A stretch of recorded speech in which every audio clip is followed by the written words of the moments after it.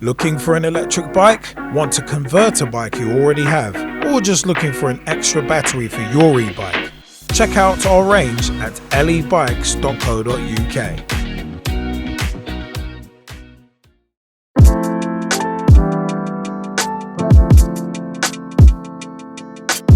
Hey everybody, what is up? My name is Liam Angel, aka Straight Shooting LJA, and welcome to this E-Bikes opinion piece / vlog podcast. Now, intelligent speed adjustment sounds like something that should be in a car, doesn't it? But out in the Netherlands, the Dutch have started or are about to start trialing in Amsterdam automatic e-bike speed restrictions. Now, Amsterdam is set to trial a system that will remotely reduce the speed of e-bikes. The system was recently tested by the city's alderman, Melanie van der Horst, whose pedal assistant stopped when she entered a vulnerable area, such as a school, a busy intersection, or road works. We have a bike that can really be slowed down, said Van der Horst. I'm curious to see people using this technology. Later this year, we're actually going to do a test on a cycle route in the city. I hope the busy bike paths in our city will be safer with intelligent speed adjustment. The system was developed in collaboration with Town Making Institute, a non-profit organisation, and Odido, formerly T-Mobile Netherlands. Van der Horst tested the system and she said, I saw a child playing with a football on my screen. A little later, I got into the red and my speed was reduced to 15 kilometers per hour.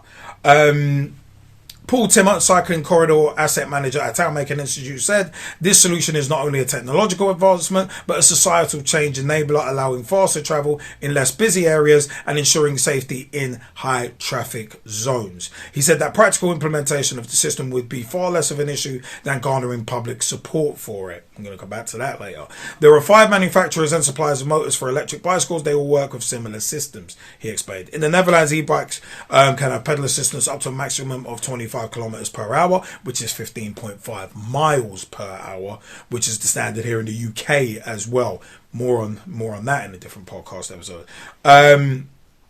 But it is one of them ones where recently as well, another thing that the Dutch are actually pioneering in is the use of roller test benches. Now, got to come back forward a touch, because the Dutch police have a roadside device for identifying illegally fast and powerful e-bikes. So 247 new roller test benches are in use across the Netherlands. Dutch police are using roller test benches to check the maximum speed of mopeds across the Netherlands, and they can also test whether electric vehicles such as e-bikes, speed pedelecs and fat bikes comply with applicable legislation on speed. The 247 new devices have been rolled out partly in response to an increase in the number of accidents resulting in serious injuries to cyclists in recent years.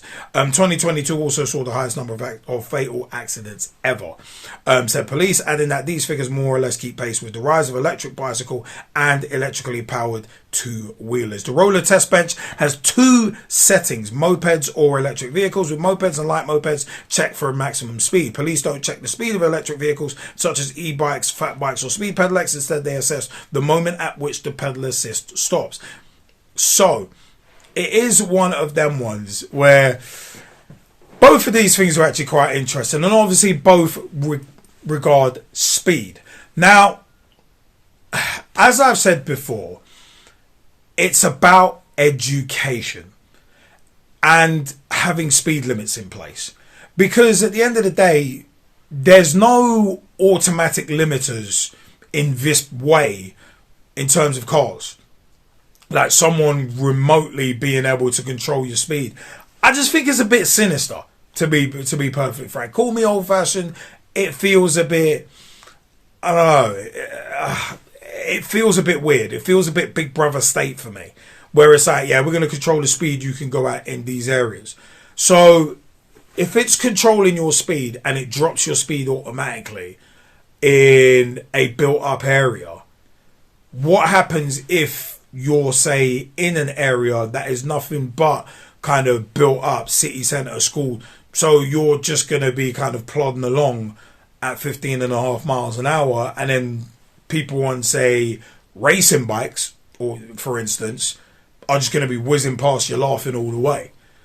And also as well, that's going to, I think, drive a lot of people away from e-bikes, because it's one of them where it's just like, well, I want an e-bike to go a bit faster and have that assistance, so that I don't have to maybe put in as much effort as a regular bike, or I can get somewhere where I want to go quicker and with a little less effort.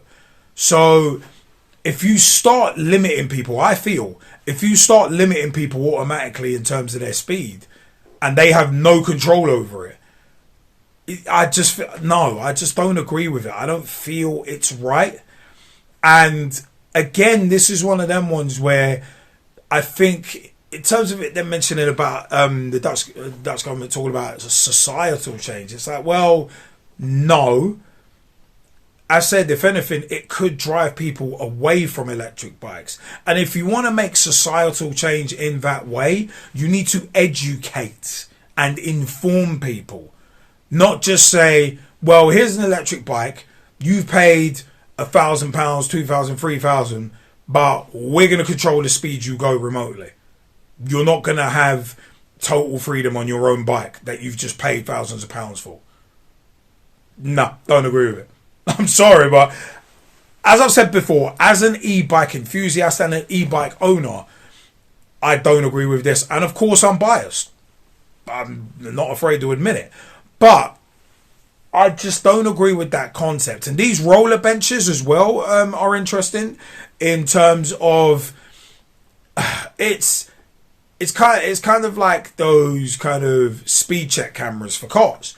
So the roller bench initiative, I can understand it, but it's one of them was it's a bit of a distorted playing field, because most e-bikes will have a constant power. If you buy an e-bike that's 250 watts, it can have a constant power in general of 250, but a peak of 750. So how are you going to measure that on one of these roller benches? And one of the other things as well is that you're going to have to literally pull over every single e-bike rider to establish a proper baseline for it. This is what I think. And it is one of them ones where, so if you just so happen to catch a couple of guys like riding a 750 watt e-bike or a 1,000 watt e-bike, then is that your baseline? And also as well, these roller things, what are you going to have the person who you've stopped riding an e-bike sitting on the e-bike whilst they're on it, whilst they're on this roller test bench? Because the speed you go at, whether it be an electric bike or a normal bike, is determined by wind, is determined by if you're going downhill, your tire pressure, weight of rider. Those are important pieces of context that can't be left out. And I don't think this test bench thing will be necessarily able to accommodate and look for. So you're already distorting the boundaries there as it is.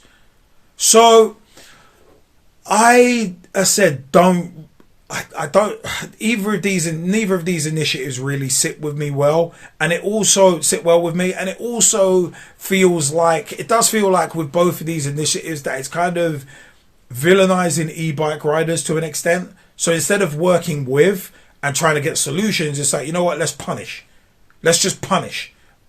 And it's like, well, that doesn't work. If you want people to go green and find more carbon neutral or more clean ways and methods of traveling, then you have to work with them. So be solution driven, not just looking like you're just trying to penalize e-bike riders. Just because, I mean, yes, fatal accidents, of course we want to cut that out, but you got to look at cars. It's like cars. There's certain like vans and van drivers who have limits on their vans, but there's still fatal accidents with those. So the speed limiting, like that automatically happens in certain cars. If you've got a bad driver at the wheel, it doesn't matter. It's like there's going to be an accident and it's potentially going to be fatal anyway.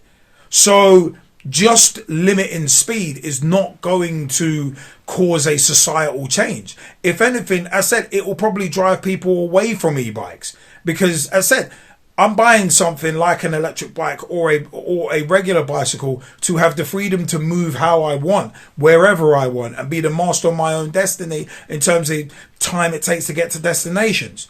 If I'm being limited as soon as I go through a certain area that just so happens to be on my commute, I'm going to think, you know what, bugger this. I don't really like this. So, yeah, I'm not in agreement with either initiative. And I think both of them, I think they might end up in a few other countries, but public outcry, I think, will outweigh public uptake of these kind of things. Especially when it comes to people who ride e-bikes on a daily basis. Because it seems like it's unfairly penalising. And as said, a bad rider, a bad driver is going to override any of these things anyway and cause accidents and cause fatalities. It's not just about the speed. You could be an exemplary rider of an electric bike, have 25, 30 years of experience of riding bicycles, mopeds, all that, and have a 750 or maybe even 1,000-watt motor on your bike and not ever cause an accident or put anyone at risk because you're a careful rider. But it is one of them ones where it's like, with this kind of system, you get penalised, you get your bike confiscated. So it's, I just don't agree with it. I personally do not agree with it. But I want to know your views. Do you think that the Dutch are kind of streets ahead, or they're just causing more issues? Because I think there's going to be blowback from this. Automatically limiting the speed of an electric bike once it enters built up areas or areas such as school zones and that kind of thing. Do you think it's a good idea? I think you educate the rider, you solve half the problem, in my opinion. And also these bike testing benches to test for illegally souped up bikes. Do you think they're going to work? Or are the variables around speed on an e-bike kind of come and bite it, like weight of rider, wind resistance and that kind of thing? E-Bikes.co.uk is our website. If you want to get started in the world of electric bikes, no better place than with us here at LE Bikes. We do mid-drive motor conversions. We can convert your bike into an electric bike with a Bafang mid-drive motor and a nice long-range battery to go with it as well. YouTube.com/@LE Bikes is our YouTube channel. We're on TikTok as well, on both of those, and also on Instagram. You can find us at LE Bikes. You can find vlog and podcast previews. You can find our tips and tricks series as well, with some tips and tricks to keep your e-bike ticking over and performing nicely as well. Also, we are on Facebook. We're on Twitter. Have a look for LE Bikes as well. All over the socials. I have been Liam Angel, aka Straight Shooting LJA, and for another LE Bikes opinion piece vlog/podcast.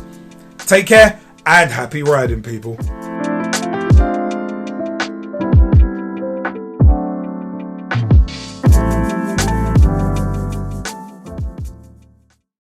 Mid-drive motor conversion kits, ready-made e-bikes, batteries, bike-to-e-bike conversions, custom builds and more. Start your journey into electric bikes at lebikes.co.uk.